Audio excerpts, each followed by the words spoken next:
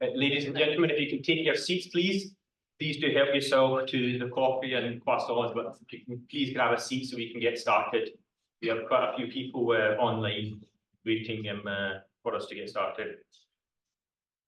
First of all, let me welcome everybody here. My name is Azeem Ibrahim. I'm one of the senior directors here at the New Lines Institute for Strategy and Policy in Washington, D.C.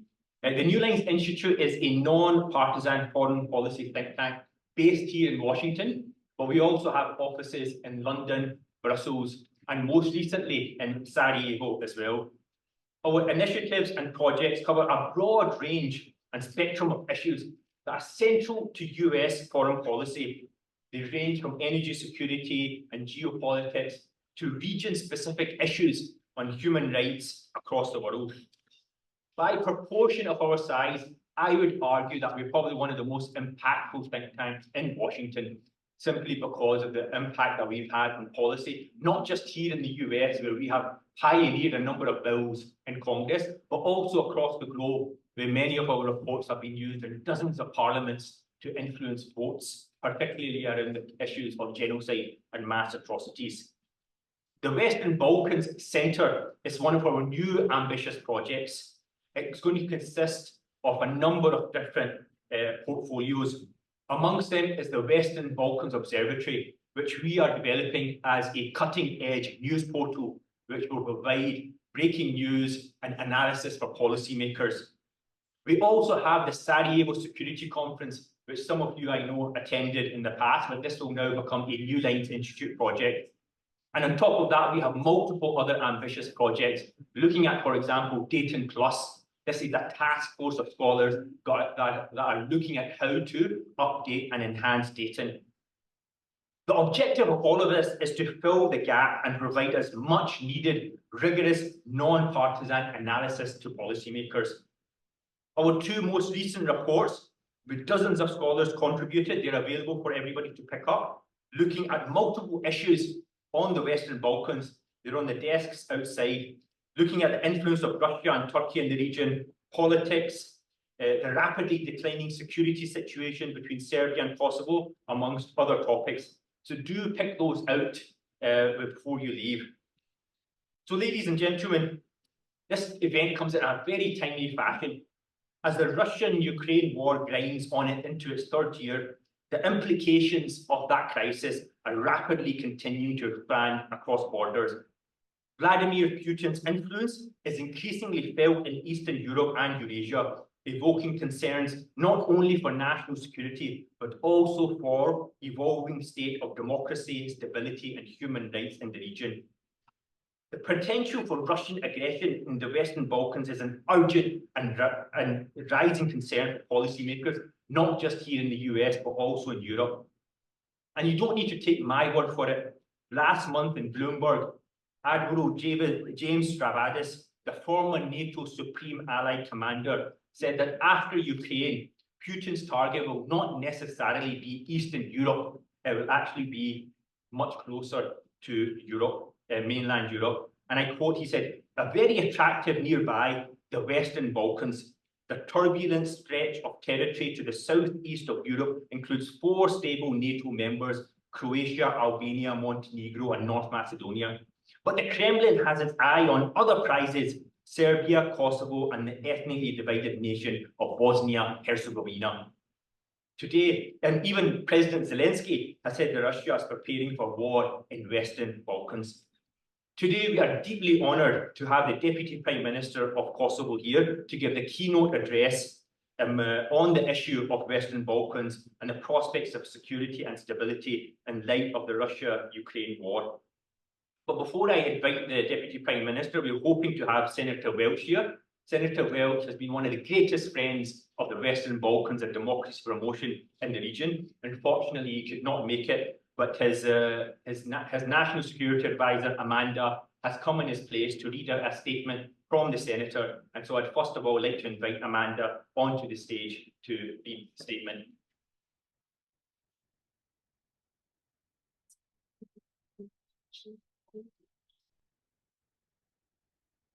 Good Good morning. It's nice to be with you today.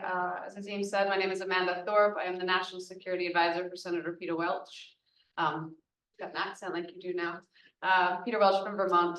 So it's nice to have you and welcome you. We have a letter for you from the Senator, which he has asked me to read. A warm welcome to Washington, D.C., Madam Foreign Minister and Deputy Prime Minister. The United States and the Republic of Kosovo have a strong friendship and interconnected history dating back to Kosovo's 2008 independence. Economic prosperity and regional stability in the Western Balkans are essential for European cohesion and critically intertwined with American national security interests. Those who follow the Balkans closely are deeply troubled by increased foreign malign influence, specifically designed to sow seeds of distrust in democratic institutions, the transatlantic partnership, and the strength of the European Union and NATO. It is a challenging time for Kosovo, certainly. However, President Osmani's sentiment rings true that Kosovo will be the 47th member of the Council of Europe. It's just a matter of time. The United States will continue to support the Republic of Kosovo's sovereignty, territorial integrity, and the preservation of the rule of law, while encouraging deliberate actions which de-escalate regional tensions and advance Kosovo's universal recognition. The United States and the Republic of Kosovo have common interests, aligned values, and shared security concerns. It is my sincere hope that we can work together to see Kosovo and the Western Balkan countries fully within Europe, whole, free, and at peace. Sincerely, Peter Welch, U.S. Senator from Vermont. So much. And with that, I'd now like to invite the Madam Deputy Prime Minister to come and speak on the reverberations of Russia-Ukraine war we are currently feeling in Kosovo and throughout the Western Balkans. Madam Deputy Prime Minister, it is a pleasure to have you with us here today, and we are eagerly awaiting your remarks. The floor is yours.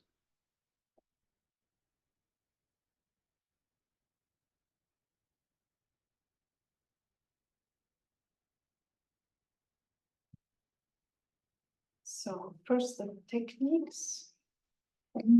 Thank you so much for the invitation and for your very kind introduction. And most of all, thank you for the opportunity to speak to a very pressing topic of geopolitics and global security. Today, I'm talking not about Kosovo alone.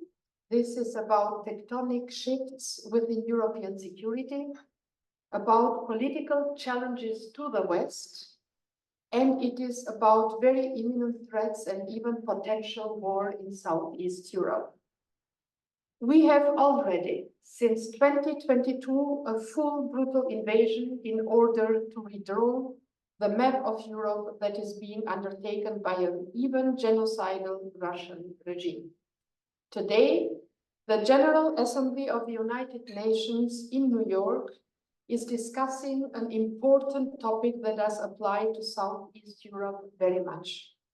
The African country Rwanda, that has suffered an unimaginable brutal genocide in 1994, is one of the countries that have presented the proposal to commemorate the genocide of 1995, which has been the worst massacre after Nazi regime on European soil, killing more than 8,300 boys and men, teenagers, adults, and elderly men for only one reason, for not being Serbs.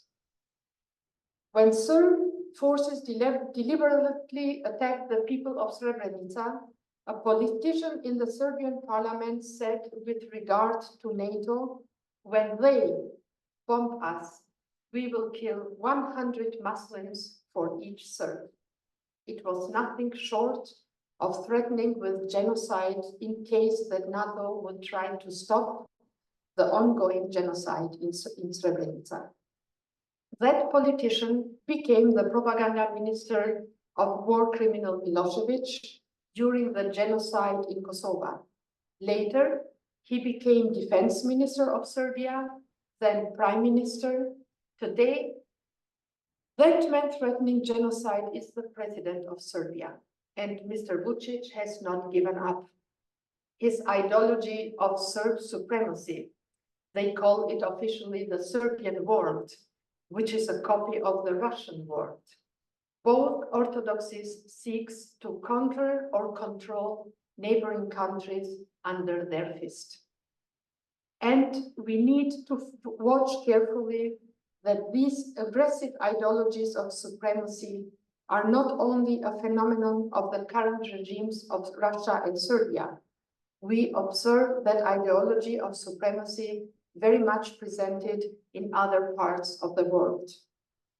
After having visited a major EU country, the president of Communist China visited no other than Serbia, whose leader Vučić praised Xi as our brother.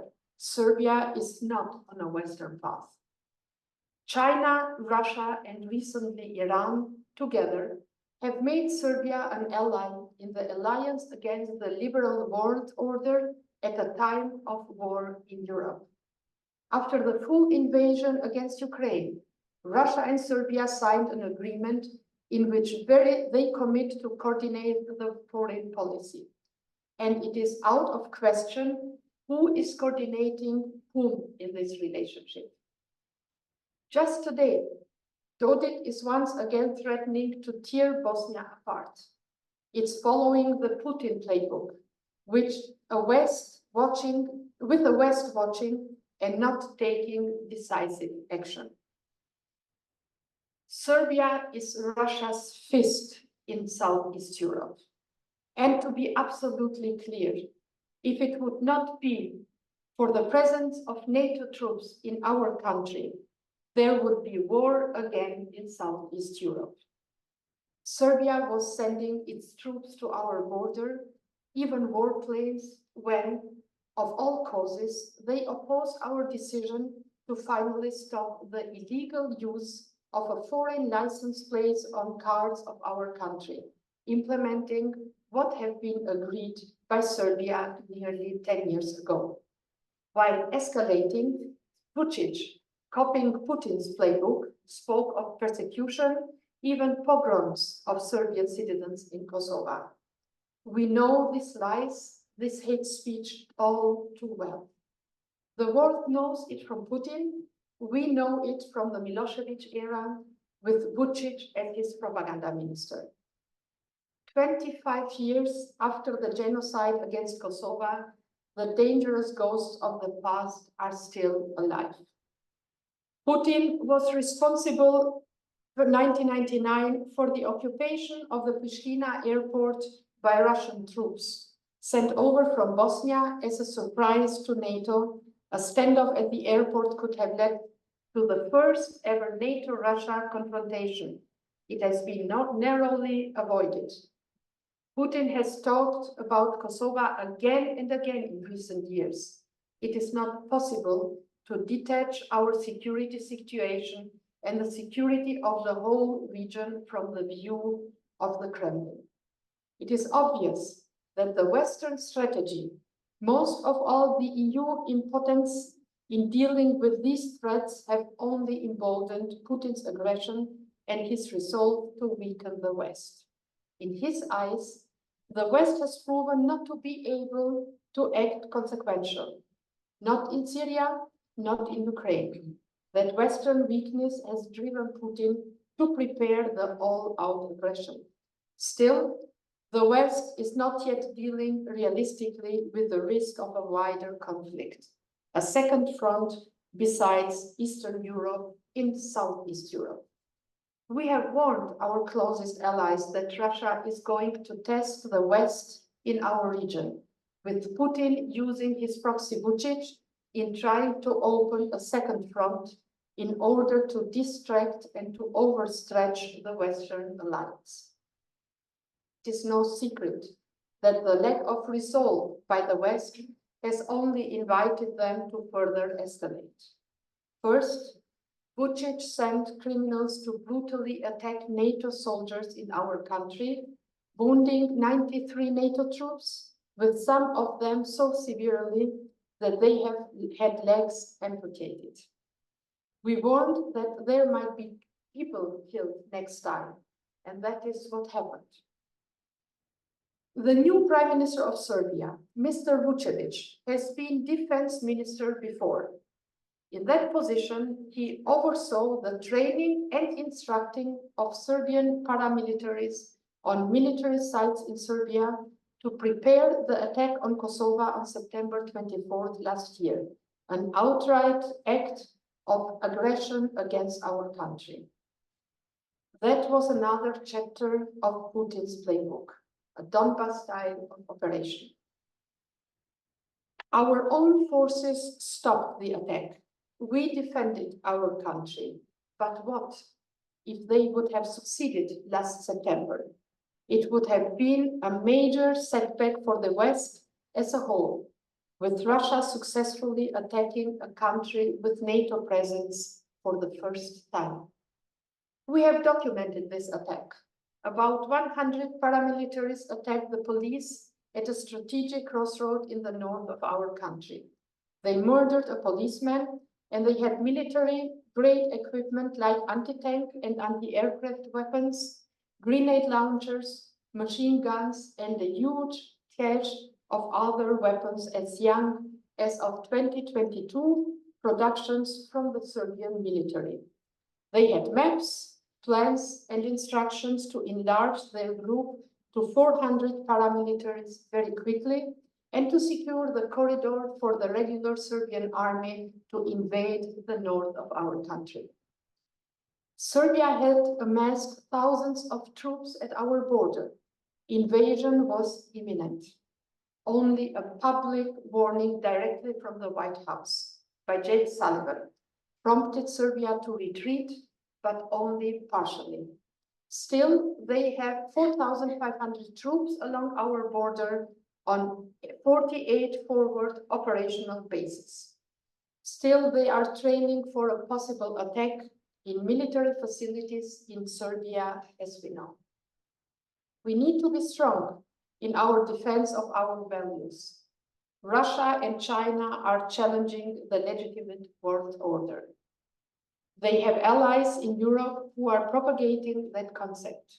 The president of Serbia has closest ties to Moscow and Beijing. The West is not telling him that this might cost them anything. Instead, the EU brought Vučić a gift of hundreds of millions for infrastructure only a few days after the military attack on our country. That surely will encourage Vučić and Putin to not take the EU seriously as a geopolitical actor. So our hope is that the United States gets involved stronger and deeper into a rebuttal of the challenge of Europe by Russia and China. Vučić is backing even China in its aggression against Taiwan. We saw yesterday what China is up to, threatening the democracy of Taiwan with war again. The Serbian regime absolutely on the side of the Chinese regime, instead of supporting a peaceful solution as it is the imperative for global security. Vučić endorsed this aggressive and dangerous strategy, publicly stating it would be up to Beijing how to deal with Taiwan. We have entered a violent chapter of European and global policies. Russia and China are the greatest threats to global peace and security. They are counting on a weak West. Russia has started the attempt to crush the world order Putin and Xi are up to destroy. It started with a war in Eastern Europe in 2022, the plans for Southeast Europe, and attacking against Bosnia and Kosovo had been already concluded. The secession of the Serb part of Bosnia was a done deal.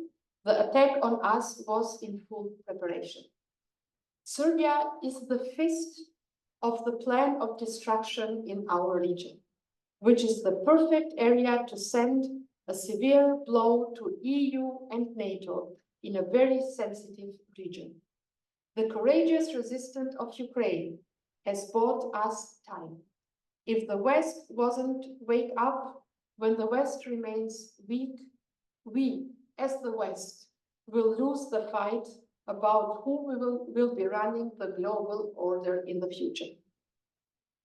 Kosovo is small. Its significance in the struggle against Russia, China, and even Iran is huge. This is not about some local municipalities for some 40,000 citizens of our country. It's poor geopolitics. We need to address this. We need to tackle this. The West must wake up. Otherwise, we will lose. Thank you very much.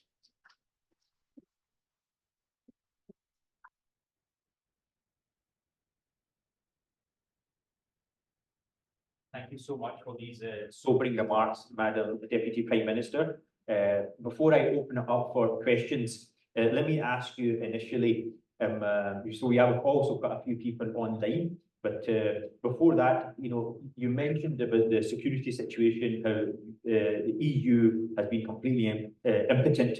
I know Kosovo aspires to NATO membership, and I also aware that the associate membership is coming to an end shortly for Kosovo, and just wanted to get an update from yourself. Where exactly are we in terms of the NATO membership, NATO integration, and along with the European Union as well? Thank you very much. This question is a very important one, and for Kosovo, a very clear one, because as not only the present government in Kosovo, but all governments of Kosovo, all institutions, are united in one point, that the path forward for Kosovo is European Union and NATO. And there is no discussion about this path anywhere. Kosovo has, with more than 90% support for EU and NATO, the most pro-European and pro-Western people, I believe, in the world. Yesterday, we had a new Gallup study published, where you could read that there are three countries, top countries in the world, whom you can describe as the most pro-American countries. It is Kosovo in the first place, Poland on the second, and Israel the third. So you see that the determination of the people in Kosovo for this choose path is very, very strong, and it's beside the political lines and beside the political positioning, if left or right or anything else. On the other side, when I speak of impotent EU, it is just to provoke the EU to show that we really, really are much stronger when we are united. And this is what we need to use.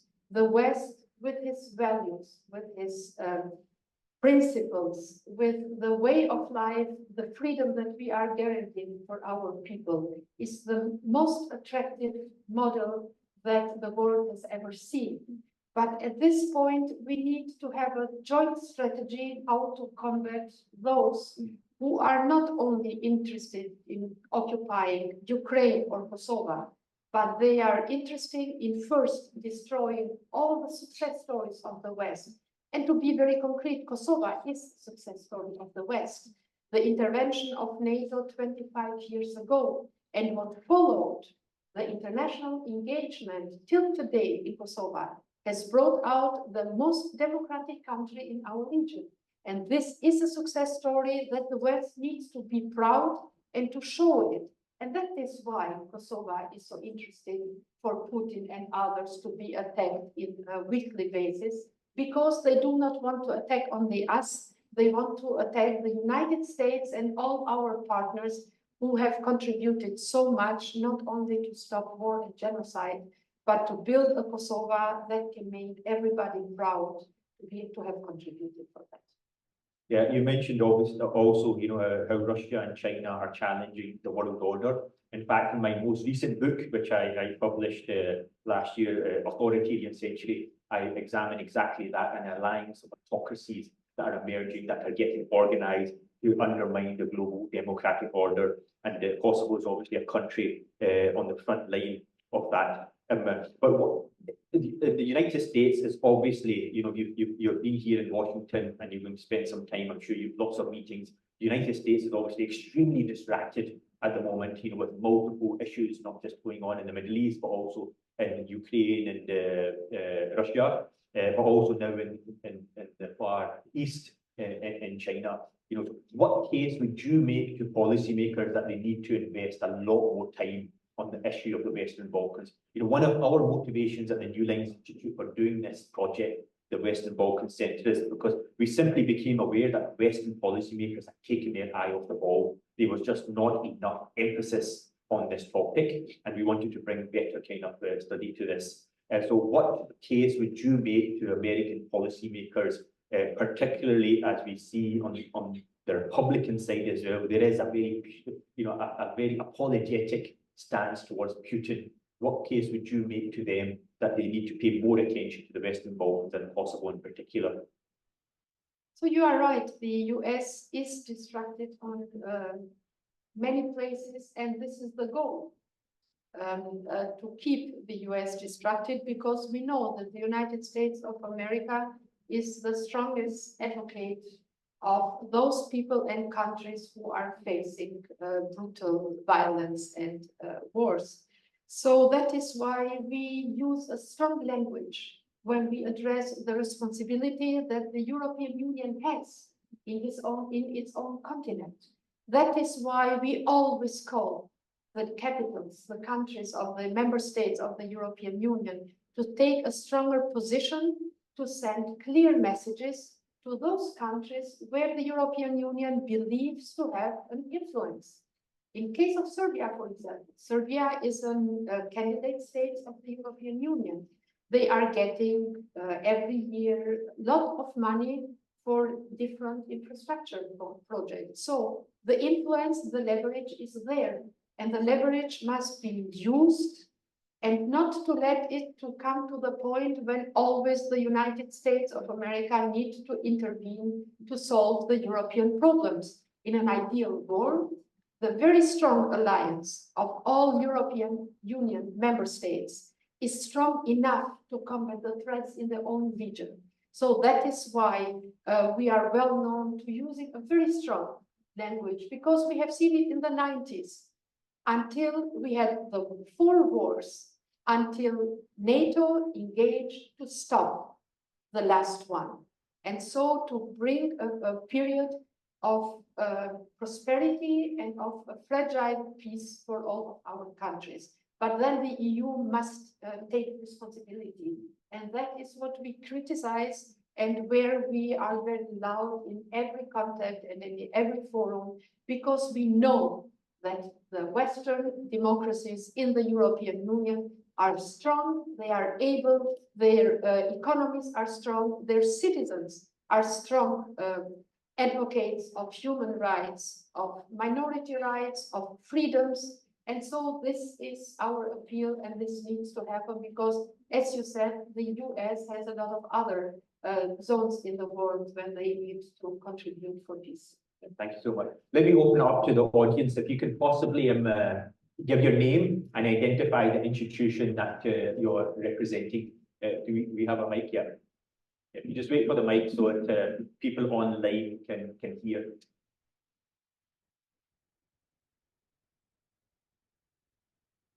Hi, hello, this is Malhol. I'm not sure if I really need this. Anton Saponji, Deputy Chief of Mission, Embassy of Serbia.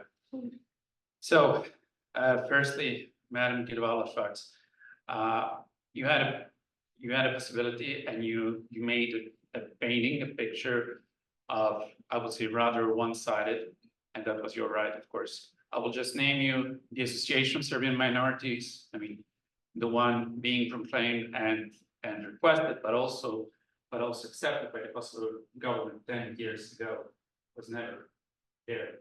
Today we have refugees from parts of Kosovo, captivated by mostly Serbs. So I'm talking about banks being closed, people being forced to go back to the proper Serbia to just buy the bread and flour and whatever they need.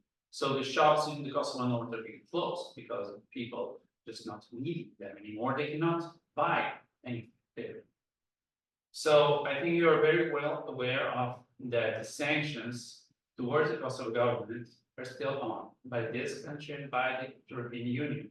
You forgot to mention this.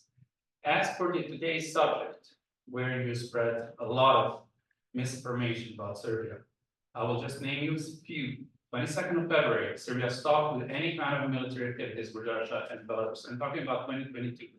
And vividly, I remember the day, the moment Russian tanks and armor started rolling Ukrainian frontier in their so-called 3-day excursion to Kiev. Serbia condemned Russia. So Serbia is not neutral. Serbia is not a proxy. We condemned Russia within the UN, within the Summit for Democracy, in which Kosovo was also there. We condemned them in the Council of Europe, in the OSCE. So you will not find a single bullet from Serbia, many factors on the Russian side. I'm sure the Ukrainians would show this to us. On the other side, please check how much of the armament is sold to the US, for instance. This is our major partner these days. And how come sometimes pieces of this ammo for different calibers finish in some other hands by Americans? Americans do not need those armaments. And lastly, you mentioned several visits. You mentioned Chairman Xi. We were proud of this visit. Why not? If President Macron, why not Serbia? Just a day after, President Zelensky had his own wife, coming to Belgrade. And also you forgot to say that Vucic's wife was in Kyiv. And Kuleva was in Belgrade. And I think between the lines of the proclamation, and they saw with Vucic, with Brnabić, with Vucevic, so 3 key figures. And my former ambassador of Serbia to the US until a month ago became a foreign minister. So foreign minister of Serbia is the guy who made tremendous efforts here with this country, with the US. The first military exercise after the Russian aggression started within the US. We had 82nd or the 101st Division acting in Serbia. So we cherish our allies from the First and Second World War. And I think we had huge differences within the 1990s. But please, we want to talk. And the negotiations are on the green table in Brussels, sometimes in Washington. So, I mean, this is just a comment. Today, we could continue with this, but please, I mean, Serbia has Russian trucks. I mean, we have just one more thing. Only 3% of the 100,000 Russians in Serbia who installed after the aggression started, and 25,000 Ukrainians, by the way, only 3% of those voted Putin. We had demonstrations of Russians being there. Do you think they feel comfortable if this was a proxy state, as you said? No, they don't. I mean, they feel as, oh, these are IDs, these are restaurant owners, these are all liberal Russians. And we embraced them the same as we embraced the White Guard in 1917, rushing away from communist Russia. Thank you. Thank you so much. Yeah, so Madam Deputy Prime Minister, you know, the Serbian mission, he mentioned Serbia is not a proxy, it is a neutral party, it is not the same as in the 90s, the situation has moved on. Surely it is the interest of Kosovo to enhance relations and better relations with Serbia. A study recently, even by the International Republican Institute, a colleague of one of the representatives here, actually mentions how 56% of people in Kosovo believe that the relations with Serbia are deteriorating and could lead to violence. And 41% believe that the dialogue between Kosovo and Serbia is not progressing. So surely this is an area that requires a lot more attention from your government. It is true that I would insult your intelligence when I would start to explain to this professional person sitting in this room why and how Serbia is a proxy of Russia, and how Serbia is the last partner that Russia has in Europe. But I will not do that. And I'm very grateful for your intervention, because in the first part you showed us exactly how you do that, how this propaganda works. People not having bread to buy, refugees, etc. It is exactly the old Milosevic language from 1989 being used 2024 to justify military attacks against a neighboring country.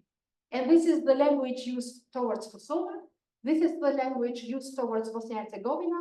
This is the language used to all of those neighbors that have been in the former Yugoslavia, except of Albania, because that was never part of Yugoslavia, and that serves only one idea: the Serbian world, to restore the hegemony of Serbia in the Western Balkans. But I'm always happy when we get the chance to see that live.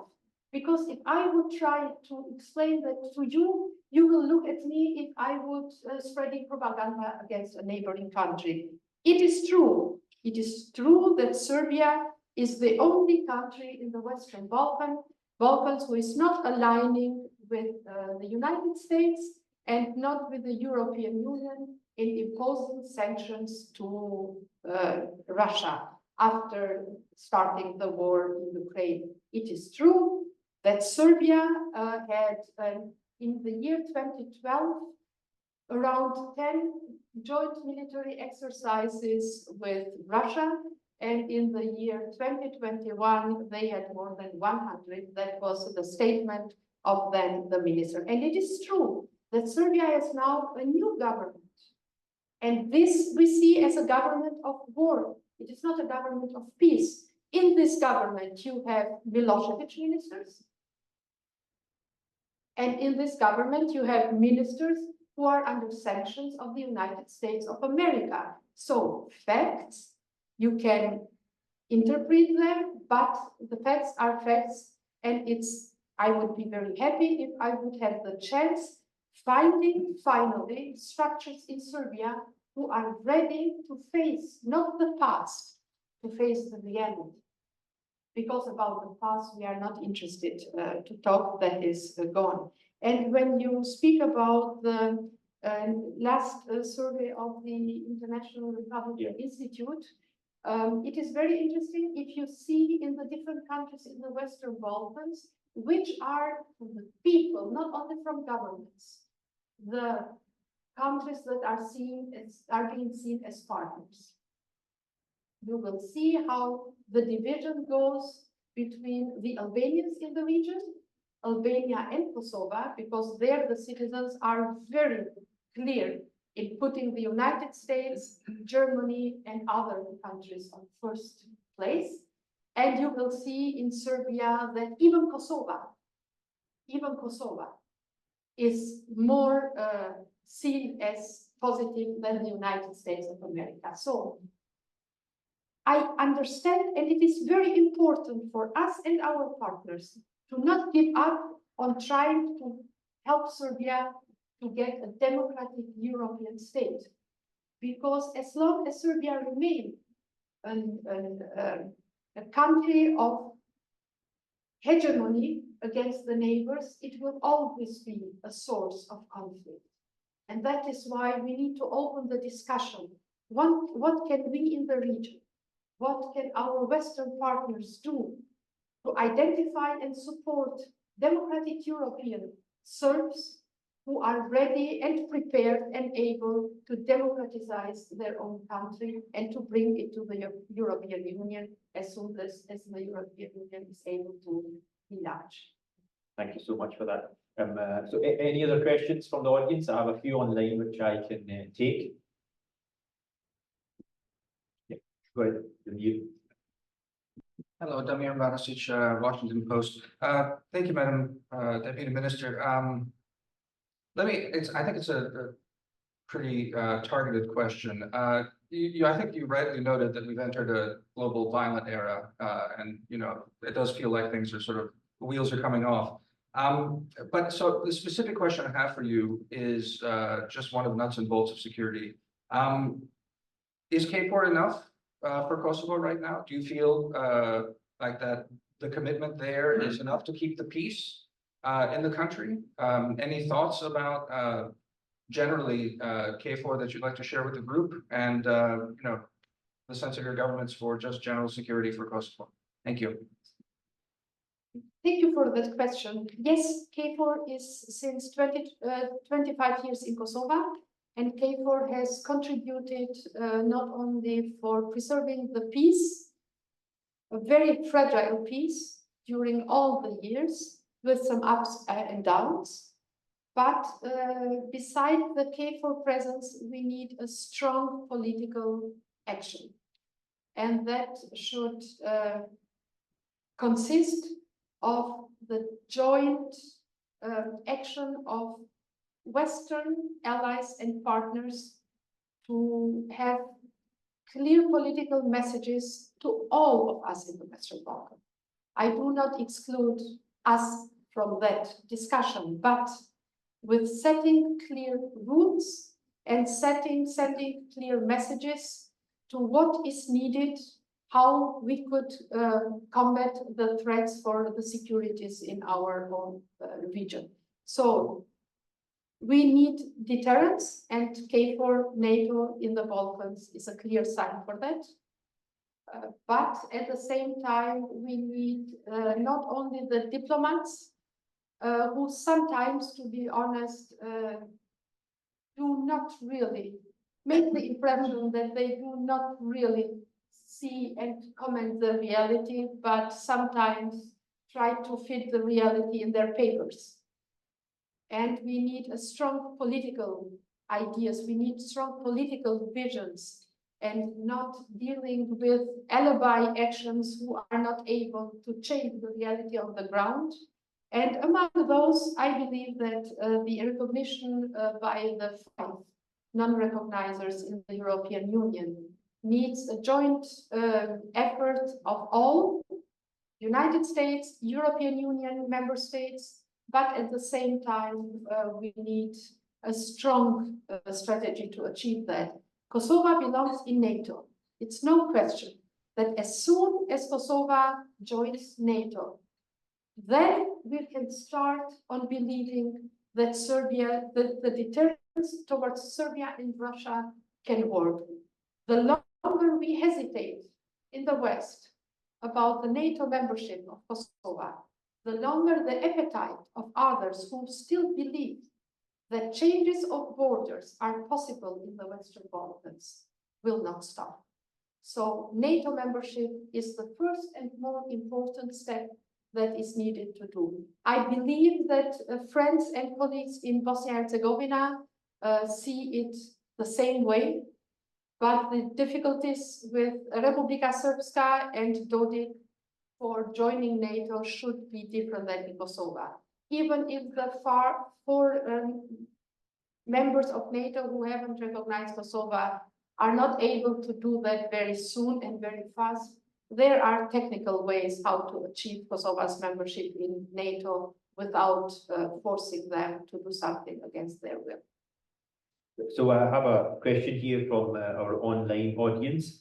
I am curious to hear how you view the impact of Ukraine's EU and NATO integration efforts on current Kosovo-Serbia relations.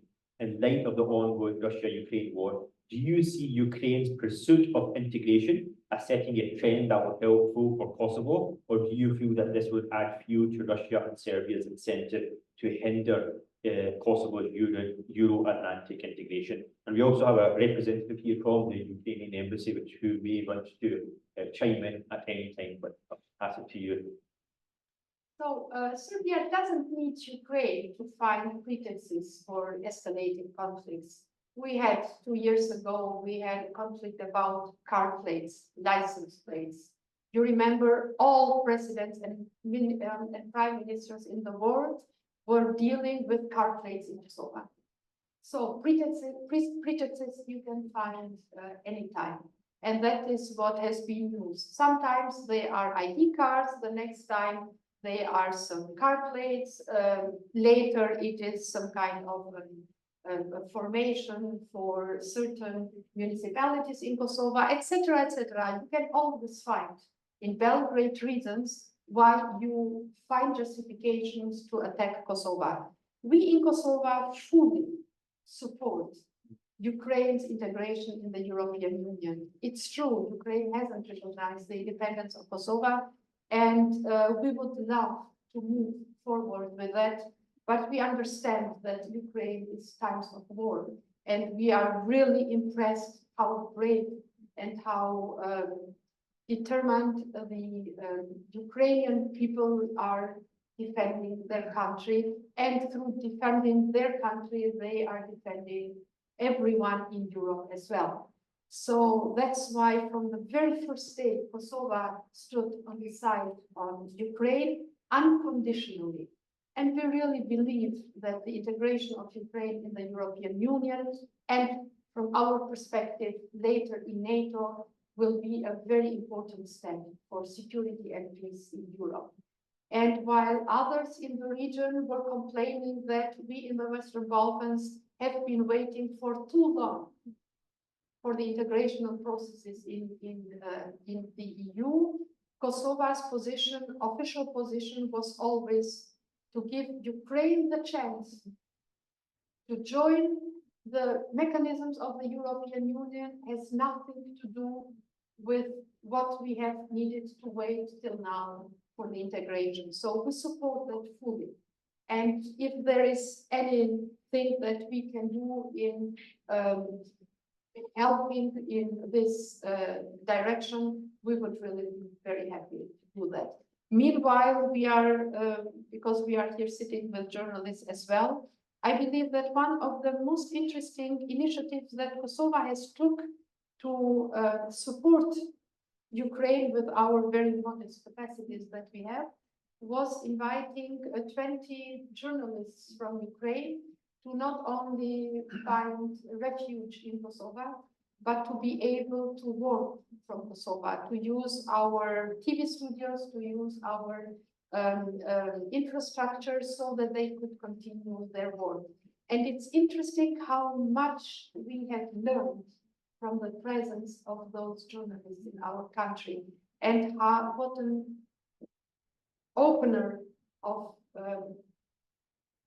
knowledge it is when you have that group, in the country, and when you have the chance to discuss with them one-to-one about the challenges that Ukraine is facing, but more than that, about how will it continue in Ukraine when Ukraine finally wins this war and Russia loses this war, because this is the only recipe to not allow further wars in Europe.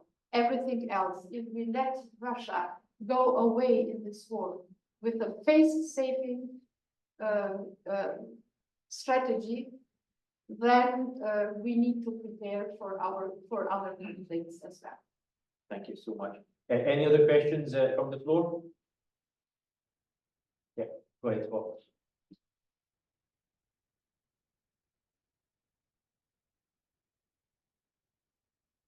Morning, Scott Mastic, International Republicans. So beyond the geopolitical divide that is clear here today,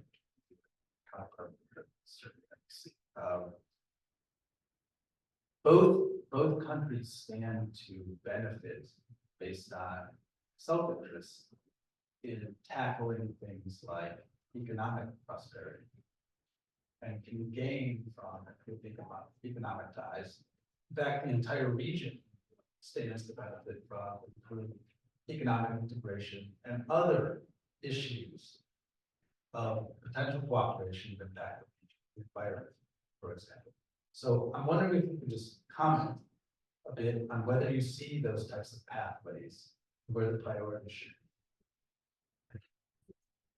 We have in the Western Balkans the Berlin process, which has been initiated 2014 by the former German Chancellor Angela Merkel.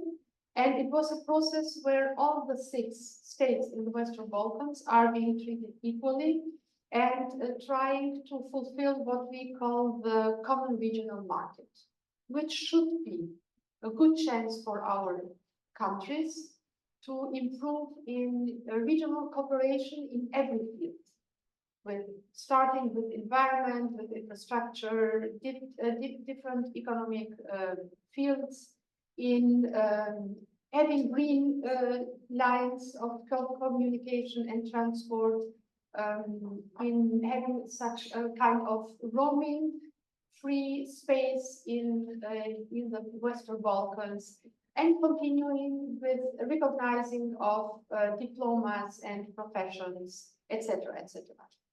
This process is slow, and it is slow always when you have an actor in the region who is aggressive to the neighborhood. Because everything that you start in this initiative, you face the blockage from other sides. And it should not be, I understand that we might have bilateral issues, but isn't the regional cooperation a chance to leave aside the bilateral issues so that we can cooperate on a regional fashion in very important topics for all of our citizens? In some fields, there is some progress, and this is good. In other fields, it seems to be difficult. And it is difficult when you have one actor who believes that you do not exist as states, that you are just there for a transitory phases until they are able to take you back in under their influence. But the Berlin process is a positive one, where all countries in the Western Balkans can engage and should engage, because we hope that this can be the platform where we can overcome some of our bilateral issues. We do not have many bilateral issues in our region. Kosovo has an excellent cooperation with all the neighboring countries. And Serbia has not well cooperation with all neighboring countries. So it is clear where the problem is, and we need to tackle the problem not in order to blame somebody, but in order to be able to solve the issues that we have. We are in a dialogue process in Brussels. Since 2011, we are negotiating. We have some progress in the dialogue process, but the hopes of those who have started this process then, with the agreement from 2013, where from both sides, there are agreements that are not fulfilled.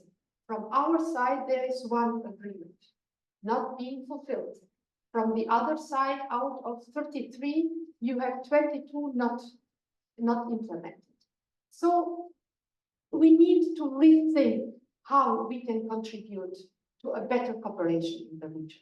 If we stick to the old strategies who have shown themselves not being successful, then we will just continue these discussions that are not fruitful. We need visionaries who have new ideas how to contribute for regional cooperation, but at the same time to overcome the issues that we have in the Western Balkans. And to be clear in the consequences that everybody will face once we agree on something together. And that is not being. Go ahead, Gopi. Thank you. I have a very small question. You introduce yourself first. Yeah, so my name is Gopi. I'm from Virginia Tech. I'm a PhD candidate in Virginia Tech. My question to you is: we are in an election year in DC here in the US. I was wondering, you did mention the strategy of gaining US support in this.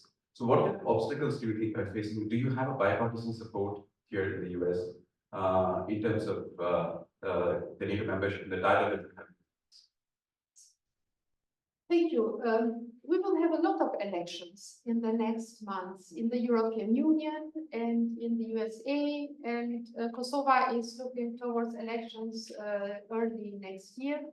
In a lot of countries in the European Union, we will have 2025 elections. It will be France, it will be Germany.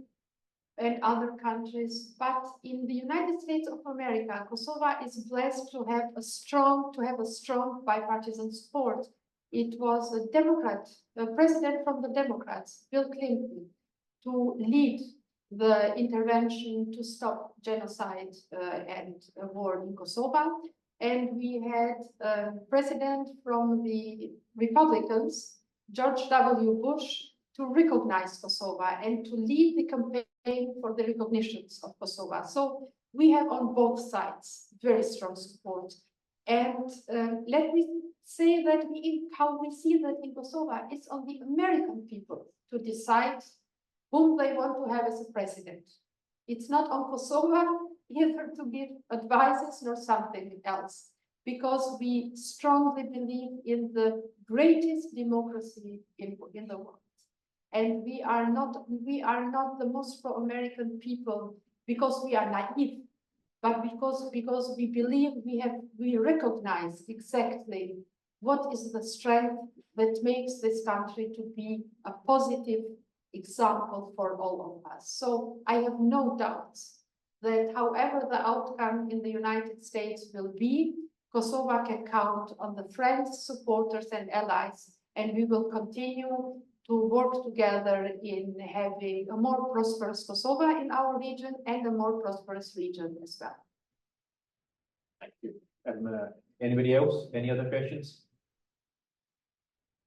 Any online? So, Madam, I just want to follow up with the OP's question. You know, that there is no the outcome of the election in the United States. You know, I'm sure during your time here you hear lots of different interpretations. The reality seems to be that nobody has any idea how this is going to turn out. You know, we've got these things very wrong in the past, but there's no secret that, you know, President Trump is not a fan of NATO. He's not a fan of NATO. He's not a fan of contributing to NATO. He's not a fan of expanding NATO either. In the eventuality of a Trump presidency, you know, what measures has Kosovo taken to ensure that the security situation within its own country and the region is not compromised in any way? You know, just relying on NATO membership may not be enough in that situation. I do not believe that we are at one point where we would need to have any preparation in this direction, because, as I mentioned, we really count on the strong partnership that we have with Democrats and Republicans in the United States. And I do not have any doubt that the presence of NATO in Kosovo is seen for the moment and will remain to be seen as a very important contribution for peace and security in a very difficult region sometimes. So I understand the discussions inside America between the Americans, but we in Kosovo, I would only like to repeat, we are ready and we didn't stop ever strengthening our ties to both political parties in the United States and seeing all the friends that we have on both sides. I know, because we are speaking at this moment about the Republicans and a Republican president for in the future when the Americans decide that.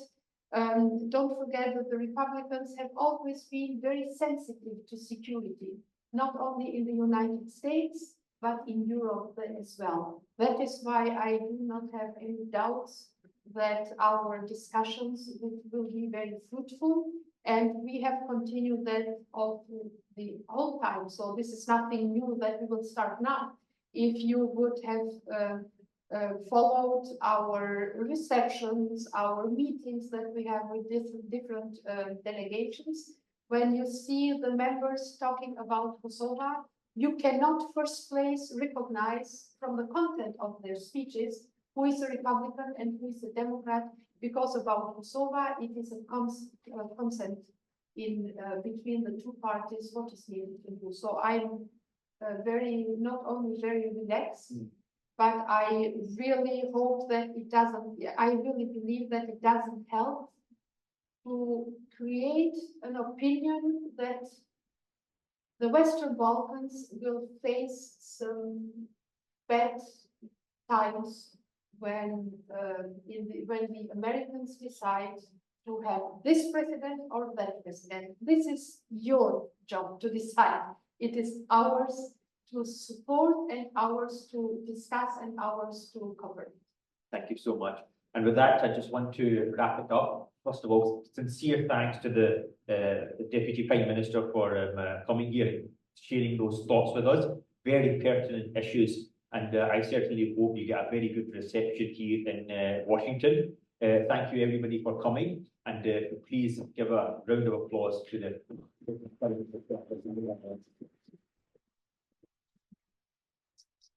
please do have a look at the work of the New Lines Institute. We do have reports for you to take away with you, and do follow us on social media for any upcoming activities we have on this topic. Thank you so much for coming.